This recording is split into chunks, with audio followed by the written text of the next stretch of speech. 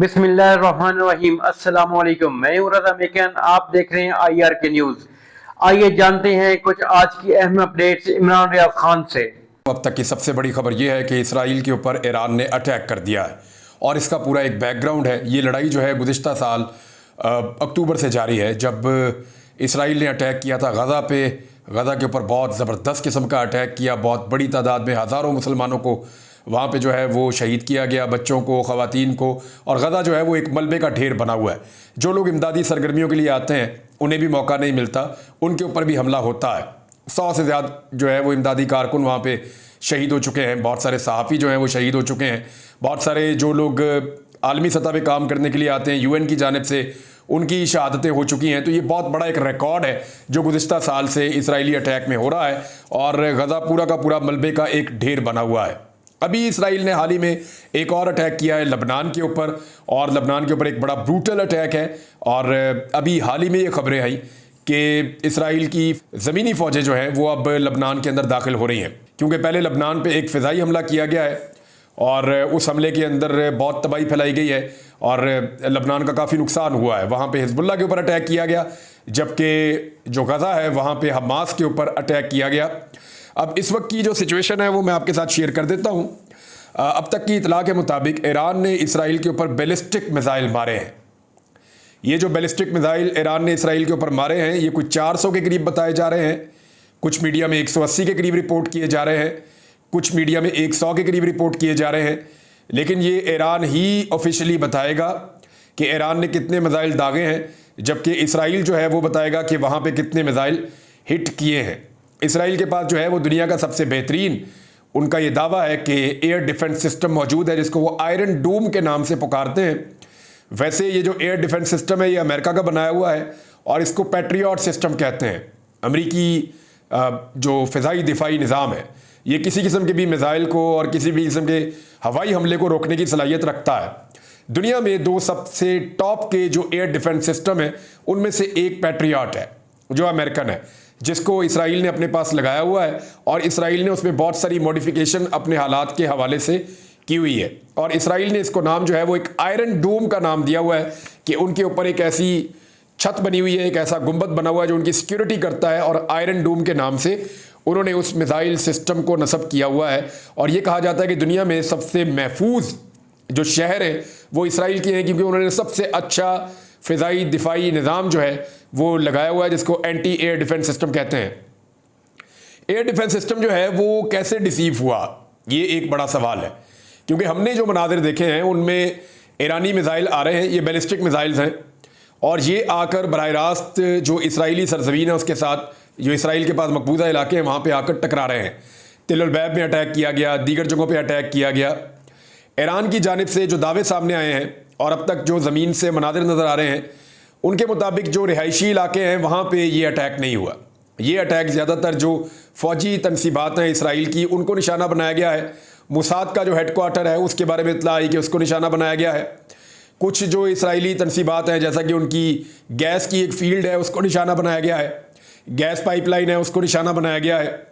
तो इसराइल की मईशत पे और इसराइल की जो सलाहियत है दिफाई उसके ऊपर हमला किया गया है। उनके जो हवाई अड्डे हैं जहाँ पे उनकी एयरफोर्स है इसराइल की, वहाँ पे ईरान ने बड़ा ज़बरदस्त अटैक किया है। तो ये बाकायदा मिसाइल गिर रहे थे इसराइल के अंदर। तो ये कैसे हो रहा था? इतने ज़बरदस्त एयर डिफेंस सिस्टम को ईरान ने कैसे नाकाम बनाया? एक तो मैं आपको बता दूँ बैलिस्टिक मिसाइल होता क्या है। ये आम मिसाइल से थोड़ा सा डिफरेंट होता है। पाकिस्तान के पास भी है, इंडिया के पास भी है, दुनिया के सारे मुल्कों के पास है। ये जो बैलिस्टिक मिसाइल है ये 1930 से 1940 के बीच में, इस ड्यूरेशन में जर्मन नाजियों ने इसको बनाया था सबसे पहले, और दूसरी जंग अजीम में इसको सबसे पहले इस्तेमाल किया गया था। ये मिसाइल जो है ये बरतानिया पर भी गिरा हुआ है, बैलिस्टिक मिसाइल दूसरी जंग अजीम में। तो ये मिसाइल एक्चुअली काम ऐसे करता है कि ये ज़मीन से पहले फ़िज़ा में जाता है और ये ज़मीन के ऑर्बिट से बाहर निकलता है, यानी बहुत ज़्यादा हाइट पकड़ता है और फिर अपने टारगेट के ऊपर आकर गिरता है। तो क्योंकि ये ऐसे फ्लैट नीचे आता है सीधा, तो इसको रोकने के लिए जो एयर डिफेंस सिस्टम है उसको बड़ी मुश्किल पेश आती है। अभी तक जो हमने मनाजिर देखे हैं उसमें इक्का दुक्का ऐसे मिसाइल देखे हैं जो हवा में फट गए हैं, ज़्यादातर मिसाइल जो है वो ज़मीन पर आकर लगे हैं और उन्होंने अपने टारगेट्स को हिट किया है। दूसरा जो बैलिस्टिक मिसाइल होता है, इसकी एक और खूबी ये है कि इस पर जब आप एक दफ़ा टारगेट लॉक कर लेते हैं तो फिर आप तब्दील नहीं कर सकते। इसको जब आपने छोड़ा है तो हर एक मिसाइल के अंदर अपना एक टारगेट होता है और ये फ्यूल के साथ उड़ता है, रॉकेट की तरह ऊपर जाता है, ऊपर से वापस आता है। तो क्योंकि ये फ्यूल के साथ उड़ता है, रॉकेट की तरह ऊपर जाता है और इसके अंदर पहले से फिक्स कर दिया जाता है, हर मिसाइल को पता होता है कि उसको कहाँ जाकर गिरना है।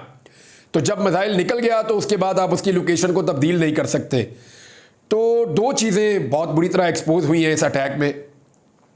एक तो जो पूरी दुनिया की इंटेलिजेंस एजेंसीज़ हैं, ख़ासतौर पे जो मगरबी ममालिक की हैं, और मुसाद है, उसकी अपनी सलाहियत बहुत बुरी तरह एक्सपोज हुई है कि उन्हें पहले से नहीं पता चला कि ईरान किस वक्त उनके ऊपर अटैक करेगा।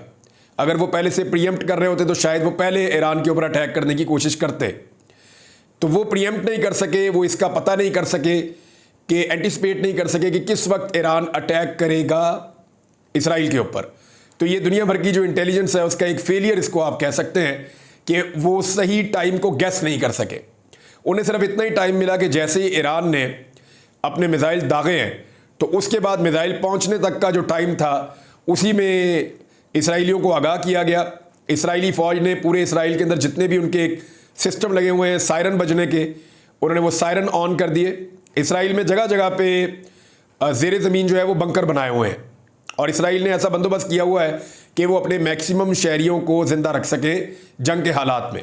यानी ऐसा बंदोबस्त पूरी दुनिया में किसी मुल्क ने दिफाई नुक्ता नज़र से नहीं किया। यानी बहुत सारे मुल्क हैं जहाँ जंगें होती रहती हैं और बहुत सारे मुल्कों ने बहुत जंगें लड़ी हैं, लेकिन जैसा दिफाई नुक्ता नज़र से अपने शहरियों की हिफाजत के लिए बंदोबस्त इसराइल ने कर रखा है वैसा दुनिया में किसी ने नहीं किया। उन्होंने ज़मीन के अंदर जो है वो खंदकें खोदी हुई हैं, ज़मीन के अंदर ट्रेंचेस बनाई हुई हैं और ज़ेरे ज़मीन बंकर भी बनाए हुए हैं। इसराइल की पूरी कैबिनेट और उनकी फ़ौजी क़यादत और उनकी पूरी की पूरी जो उनका सिस्टम है वो ज़ेरे ज़मीन चला जाता है और ज़ेरे ज़मीन उन्होंने पूरा अपना एक इंटरनेट का सिस्टम, अपना एक पूरा बिजली का निज़ाम, अपना एक पूरा मवासलात का हर चीज़ का उन्होंने एक पूरा सिस्टम बनाया हुआ है इसराइल ने। और उन्होंने सबसे ज़्यादा जंग की तैयारी की है इस पूरे रीजन के अंदर, बल्कि अगर आप कहें दुनिया में तो उनसे ज़्यादा किसी ने भी जंग की तैयारी दिफाई नुक्ता नज़र से नहीं की हुई कि अगर उनके ऊपर कभी अटैक आया तो वो क्या करेंगे। तो सायरन बजे फौरी तौर पे जो है वो जो इसराइली लोग हैं, जो वहाँ की आबादी है, वो ज़ेरे ज़मीन बंकर्स में चली गई। उनकी जो गवर्नमेंट है, उनके जो ऑफिशियल्स हैं, उनकी जो क़यादत है, वो सारे के सारे बंकर्स में चले गए और उन्होंने अपनी मीटिंग शुरू कर दी। अब ये लड़ाई हुई क्यों है? एक तो मैंने आपको बताया कि फेलियर ये है कि दुनिया भर की इंटेलिजेंस एजेंसीज गैस नहीं कर सकी, पहले से अंदाज़ा नहीं लगा सकी। दूसरा एक बड़ा फेलियर ये है कि जो आयरन डूम जिसके बहुत ज़्यादा चर्चे थे पूरी दुनिया में, वो बुरी तरह एक्सपोज हुआ है। आपको याद होगा कि अप्रैल के मिड में इसी साल में, यानी आज से चंद माह पहले, अप्रैल का मिड था 2024 का ही, ईरान ने 300 के करीब ड्रोन्स और मिसाइल्स जो हैं वो मारे थे। हल्की नौइयत के मिसाइल थे और ड्रोन भिजवाए थे और ये बहुत स्लो जा रहे थे, इन्होंने बहुत टाइम लिया था, पूरी दुनिया देख रही थी इनको जाते हुए। तो इनमें इसराइल ने दावा किया था कि 99% तबाह कर दिए गए थे इसराइल के एयर डिफेंस सिस्टम के ज़रिए से।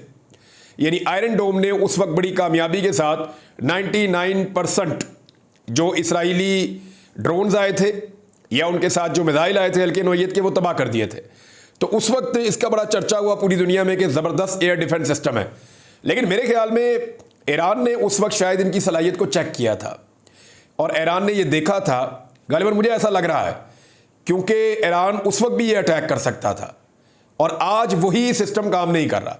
ईरान ने इस सिस्टम को चेक कर लिया था, इस सिस्टम को आजमा लिया था एक मरतबा और उसे आइडिया हो गया था कि इस सिस्टम को कौन से हथियार डिसीव कर सकते हैं।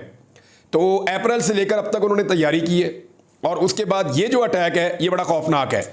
अच्छा, जब ये अटैक किया तो इसके ऊपर एक बयान जारी किया गया ईरान की जानिब से और ईरानी बयान ये है कि इस्माइल हनिया और सैयद हसन नसरुल्लाह इनकी शहादत के जवाब में हमने मकबूजा इलाकों के दिल को निशाना बनाया है।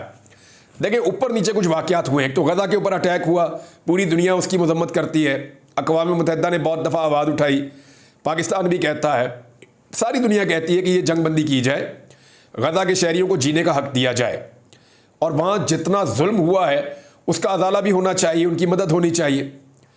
दूसरी बात यह है कि जो लबनान के अंदर अटैक हुआ, दुनिया उसको रोकने में भी नाकाम रही है। अब ईरान के नुक्ता नज़र से 2-3 बहुत बड़ी चीज़ें हुई हैं। नंबर एक, जो इस्माइल हानिया है हमास के लीडर, वो जुलाई में आए हुए थे ईरान में। 31 जुलाई 2024 को उनके ऊपर अटैक हो जाता है। 31 जुलाई 2024 को उनके ऊपर अटैक होता है और वो ईरान में उनको शहीद कर दिया जाता है। और वो ईरानियों के लिए एक बहुत बड़ा धचका था।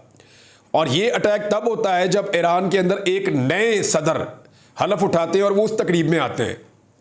और ये जो नए सदर जिन्होंने हलफ उठाया, मसूद साहब है इनका नाम, और इनका नाम थोड़ा सा मुश्किल है, लेकिन जो इनका पूरा नाम है वो है मसूद पज़ेश्कियान। तो इन्होंने 28 जुलाई 2024 को हलफ उठाया। इसी सिलसिले में आए हुए थे इस्माइल हानिया साहब।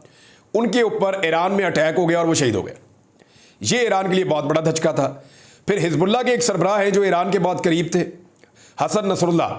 सैयद हसन नसरुल्लाह जो हैं, उन्हें 27 सितंबर 2024 को शहीद कर दिया गया और उन्हें शहीद किया गया लबनान में एक अटैक के नतीजे में, और वो भी इसराइल ने किया।